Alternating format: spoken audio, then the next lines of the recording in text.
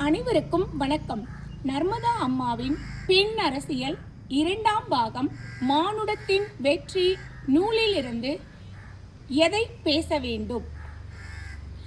கொஞ்சமாவது மாற்றி யோசிப்போம் என்பதுதான் நமது கோரிக்கை, பெண் அமைப்பின் கோரிக்கை. இன்றைய நிலையில் புரட்சி செய்தோ அரசுக்கு எதிராக போராட்டங்கள் நடத்தியோ தங்கள் வாழ்க்கையை பெற்றுக்கொண்டு வாழ்வதென்பது ஏழை எளியோரால் முடியாதென்பது எல்லோருக்கும் தெரியும். யாருக்கு அனுசரணையாக இங்கு அனைத்து கட்டுமானங்களும் உள்ளன என்பது உங்களுக்கு தெரியும், அவர்களுக்கும் தெரியும். இன்னமும் புரட்சி போராட்டங்கள் மூலமாகத்தான் வாழ்க்கையை ஏழைகள் தேடி செல்ல முடியும் என்றால், பெற்ற சுதந்திரம், கண்ட குடியரசு, இவற்றின் அர்த்தம் என்ன என்ற நியாயமான கேள்வி எழும்தானே. எது எப்படியோ மாறவே மாறாத அவல தொடர்கதைகள் இங்கு அன்றாட நிகழ்வாக அரங்கேறுகின்றன. அவற்றை எதிர்த்து பேசி வெற்றி பெற முடியும் என்ற நம்பிக்கை கூட இல்லாத எளிய மக்களுக்காக இனி நாங்கள் பேச வந்திருக்கிறோம்.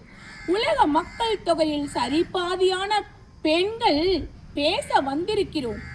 எங்கோ மூலையில் ஒலித்து கொண்டிருக்கும் சமத்துவம் பற்றிய முனகல்கள் இனி ஒவ்வொரு காதிலும் உரக்க ஒலிக்கட்டும், இதயங்களை தொட்டு உளிக்கட்டும். ஏதேதோ பற்றி ஓயாமல் விவாதங்கள் நடக்கின்றன சமூக வலைதளங்களில்.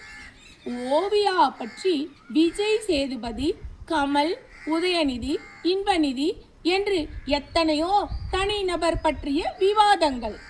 வாழ்க்கைக்கு தேவையில்லாத வெற்று கூச்சல்கள், வீண் கதைகள் நாட்டு நடப்பை திசை திருப்ப போதுமான களம் அமைத்து தருகின்றன இவை. அரசு நிர்வாகம் தனது லட்சியம் காரணமாக மரணம் அடைவோர்க்கு ஓடி சென்று லட்சங்களில் உதவி செய்து கடமை முடிக்கிறது. அன்றாட வாழ்க்கையில் அணு அணுவாக செத்துக்கொண்டோ நடைப்பிணமாக அலைந்து கொண்டோ இருப்போர் பற்றி அதற்கு எந்த அக்கறையும் இல்லை.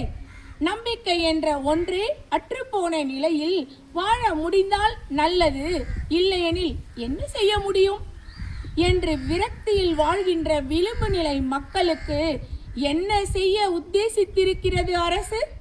அவர்கள் பற்றிய சிந்தனை ஆட்சியாளர்களுக்கு உண்டா?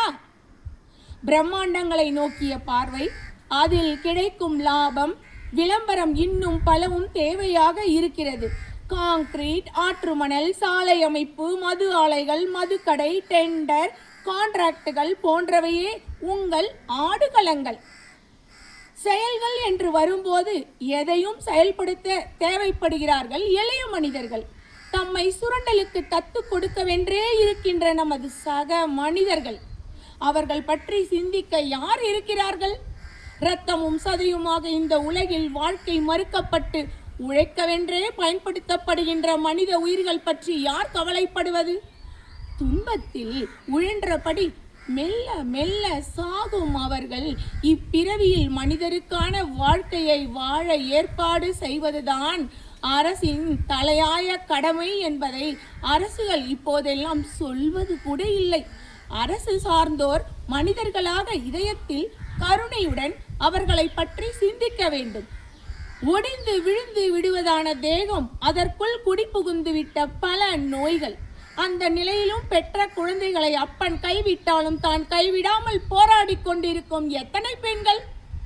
பார்த்தாலே அடையாளம் காண முடிந்த அவல நிலை.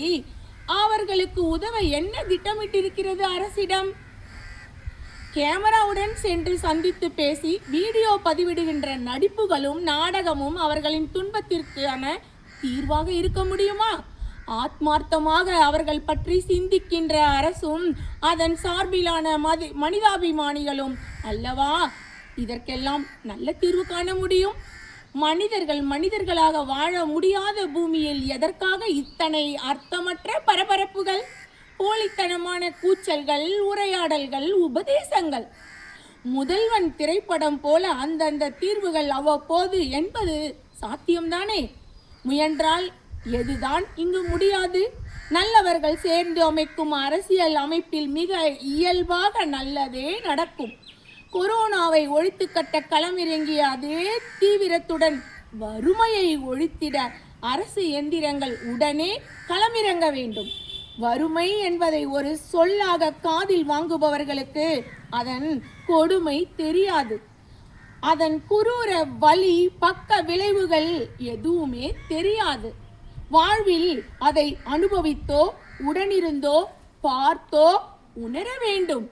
பிறந்த ஒவ்வொருவரும் மகிழ்ச்சியாக வாழ முடிகின்ற உலகம் செய்வதென்பது நமது முதல் கடமையாக இருக்கட்டும்.